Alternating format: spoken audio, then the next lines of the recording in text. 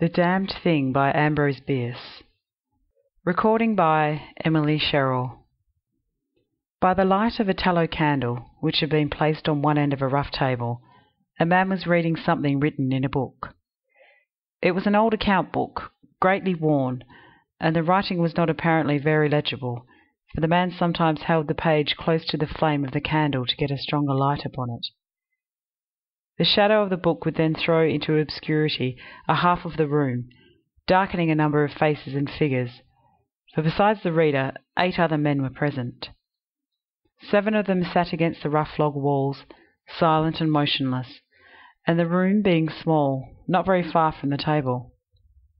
By extending an arm, any one of them could have touched the 8th man, who lay on the table, face upward, partly covered by a sheet, his arms at his sides.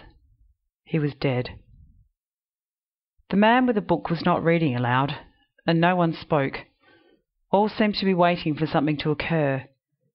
The dead man only was without expectation. From the blank darkness outside came in, through the aperture that served for a window, all the ever unfamiliar noises of night in the wilderness.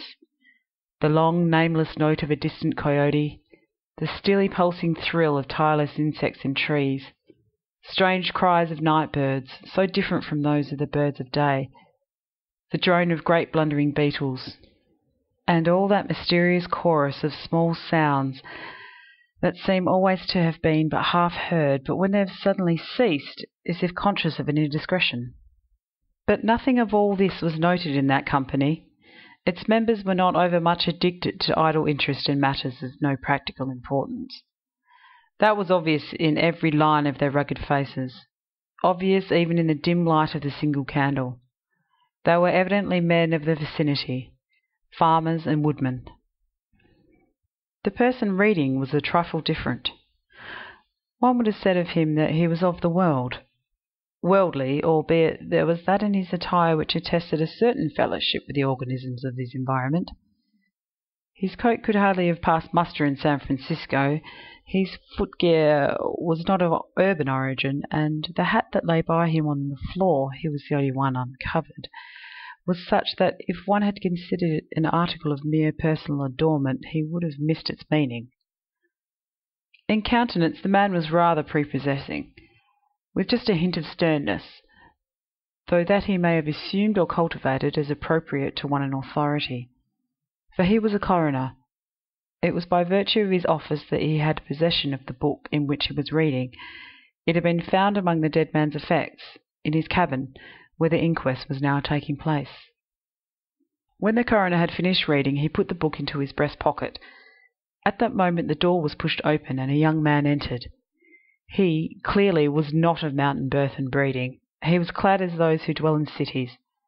His clothing was dusty, however, as from travel. He had, in fact, been riding hard to attend the inquest. The coroner nodded, and no one else greeted him. "We have waited for you," said the coroner. "It is necessary to have done with this business tonight." The young man smiled. "I am sorry to have kept you," he said.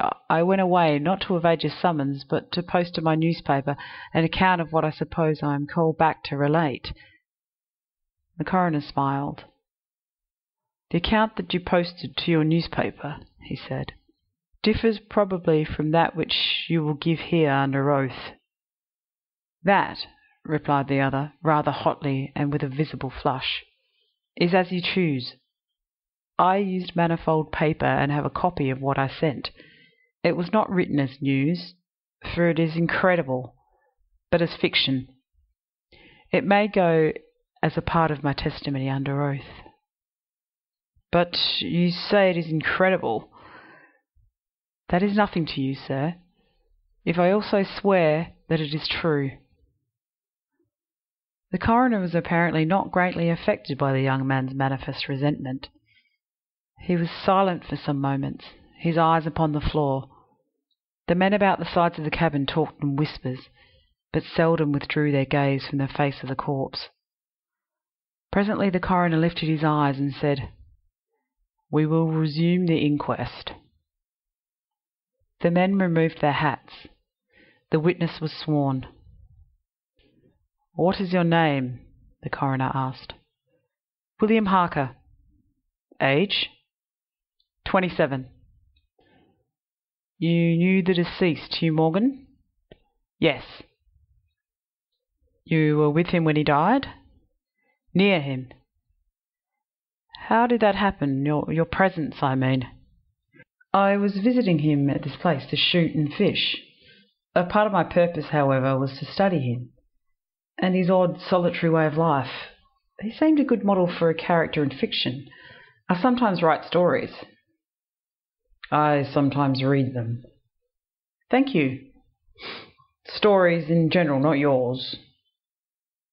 Some of the jurors laughed. Against a sombre background, humour shows highlights.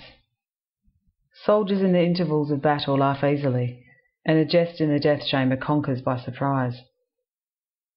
Relate the circumstances of this man's death, said the coroner. You may use any notes or memoranda that you please. The witness understood. Pulling a manuscript from his breast pocket, he held it near the candle, and turning the leaves until he found the passage that he wanted, began to read. The sun had hardly risen when we left the house. We were looking for quail, each with a shotgun, but we had only one dog. Morgan said that our best ground was beyond a certain ridge that he pointed out, and we crossed it by a trail through the chaparral. On the other side was a comparatively level ground, thickly covered with wild oats. As we emerged from the chaparral, Morgan was but a few yards in advance. Suddenly we heard, at a little distance to our right, and partly in front, a noise of some animal thrashing about in the bushes, which we could see were violently agitated. We've started a deer, I said. I wish we'd brought a rifle. Morgan, who had stopped and was intently watching the agitated chaparral, said nothing, but had cocked both barrels of his gun and was holding it in readiness to aim. I thought him a trifle excited, which surprised me, for he had a reputation for exceptional coolness, even in moments of sudden and imminent peril. Oh, come, I said. You're not going to fill up a deer with quail shot, are you? Still he did not reply, but catching sight of his face as he turned it slightly toward me, I was struck by the pallor of it. Then I understood that we had serious business on hand, and my first conjecture was that we had jumped a grizzly. I advanced to Morgan's side, cocking my piece as I moved.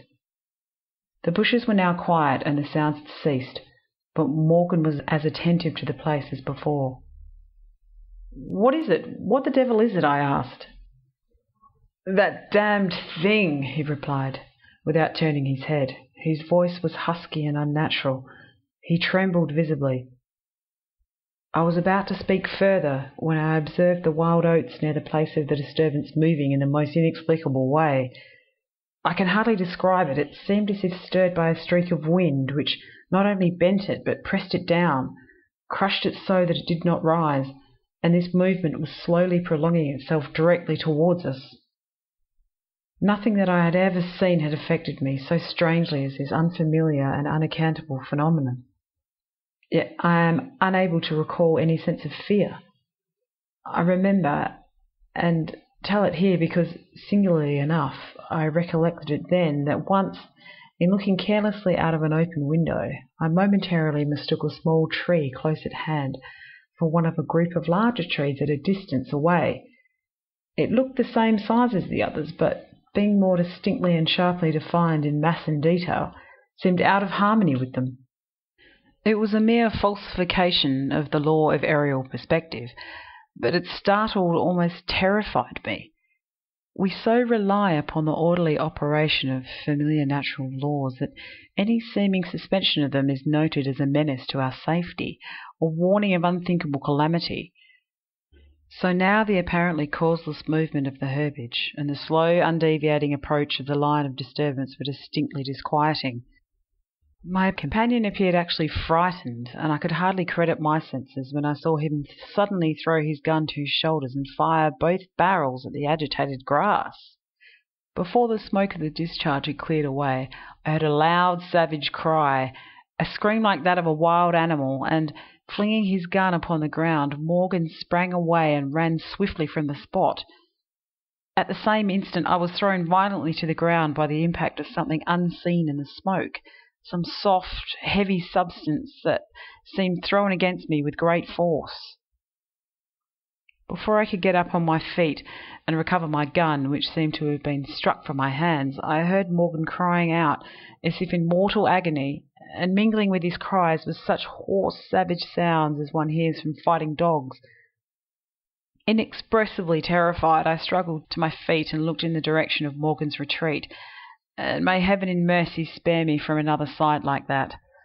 At a distance of less than 30 yards was my friend, down upon one knee, his head thrown back at a frightful angle, hatless, his long hair in disorder, and his whole body in violent movement from side to side, backward and forward. His right arm was lifted and seemed to lack the hand, at least I could see none. The other arm was invisible. At times, as my memory now reports this extraordinary scene, I could discern but a part of his body. It was as if he had been partly blotted out. I cannot otherwise express it. Then a shifting of his position would bring it all into view again. All this must have occurred within a few seconds, yet in that time Morgan assumed all the postures of a determined wrestler vanquished by a superior weight and strength. I saw nothing but him, and him not always distinctly. During the entire incident, his shouts and curses were heard as if through an enveloping uproar of such sounds of rage and fury as I'd never heard from the throat of a man or brute. For a moment only I stood irresolute. Then, throwing down my gun, I ran forward to my friend's assistance.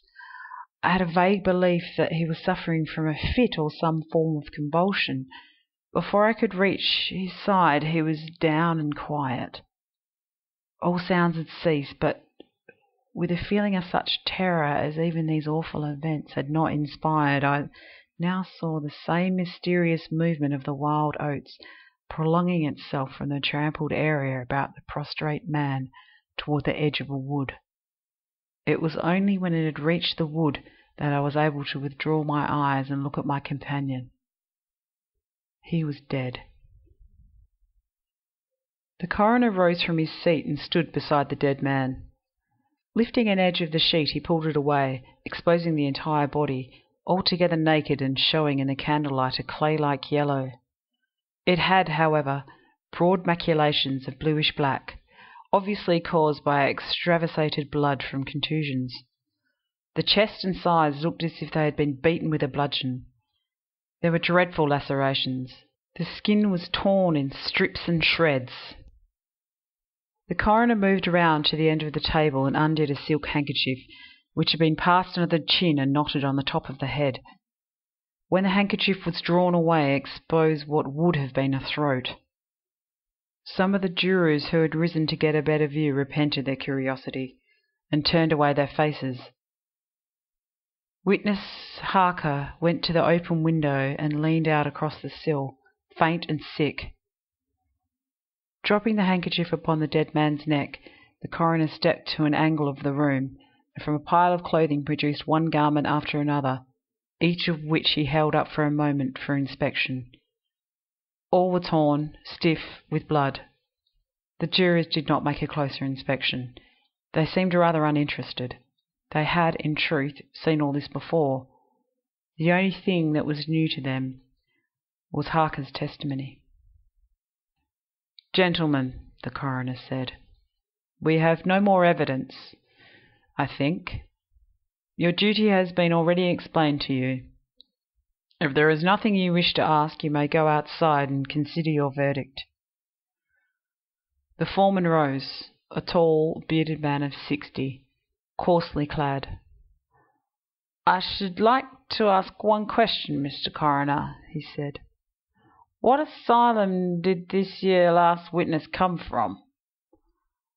"Mr. Harker," said the coroner, gravely and tranquilly, "from what asylum did you last escape?"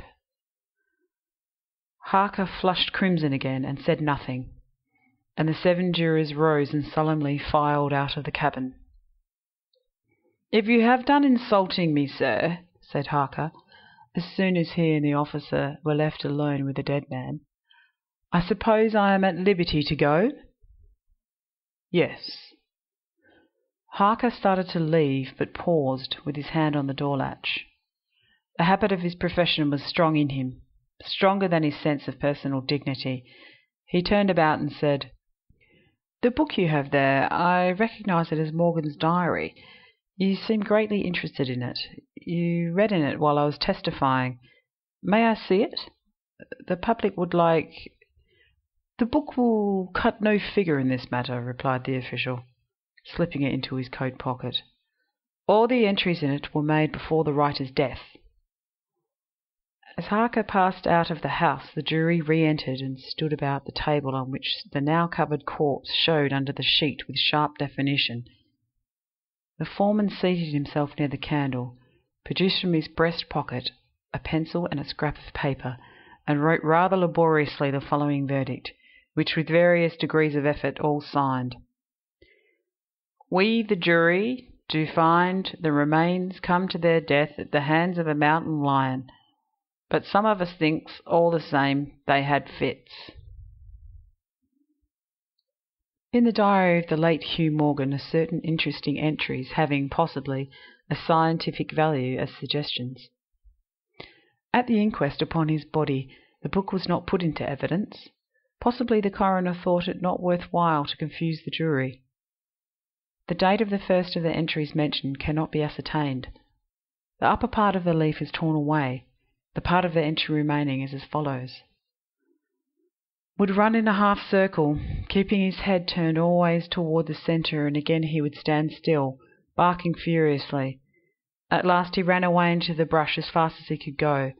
I thought at first that he had gone mad, but on returning to the house found no other alteration in his manner than what was obviously due to fear of punishment." Can a dog see with his nose?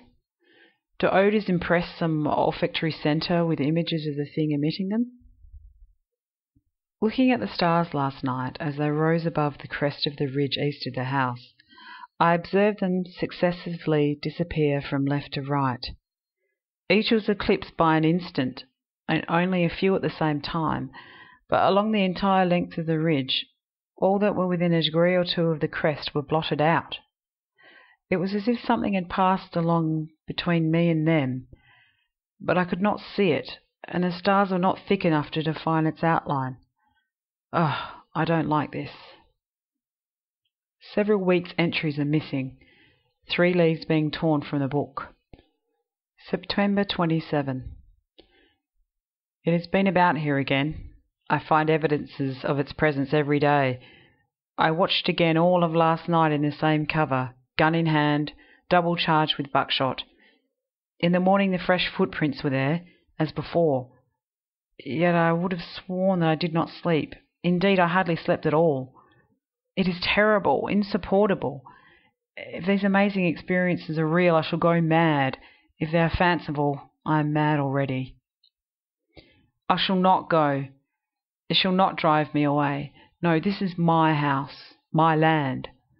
God hates a coward. October the 5th. I can stand it no longer. I have invited Harker to pass a few weeks with me. He has a level head. I can judge from his manner if he thinks me mad. October 7. I have the solution of the problem. It came to me last night, suddenly, as if by revelation. How simple, how terribly simple. There are sounds that we cannot hear. At either end of the scale are notes that stir no chord of that imperfect instrument, the human ear. They're too high or too grave. I have observed a flock of blackbirds occupying an entire tree-top, the tops of several trees, and all in full song. Suddenly, in a moment, at absolutely the same instant, all spring into the air and fly away. How? They could not all see one another. Whole tree-tops intervened. At no point could a leader have been visible to all. There must have been a signal of warning or command, high and shrill above the din, but by me unheard. I have observed, too, the same simultaneous flight, when all was silent, among not only blackbirds but other birds. Quail, for example, widely separated by bushes, even on opposite sides of a hill. It is known to seamen that a school of whales basking or sporting on the surface of the ocean miles apart, with the convexity of the earth between them, will sometimes dive at the same instant, all gone out of sight in a moment. The signal has been sounded, too grave for the ear of the sailor at the masthead and his comrades on the deck, who nevertheless feel its vibrations in the ship as the stones of a cathedral are stirred by the bass of the organ. As with sounds, so with colours. At each end of the solar spectrum the chemist can detect the presence of what are known as actinic rays. They represent colours, integral colours in the composition of light, which we are unable to discern. The human eye is an imperfect instrument. Its range is but a few octaves of the real chromatic scale. I'm not mad. There are colours that we cannot see. And God help me, the damned thing is of such a colour. The End of The Damned Thing by Ambrose Bierce. Recorded by Emily Sherrill.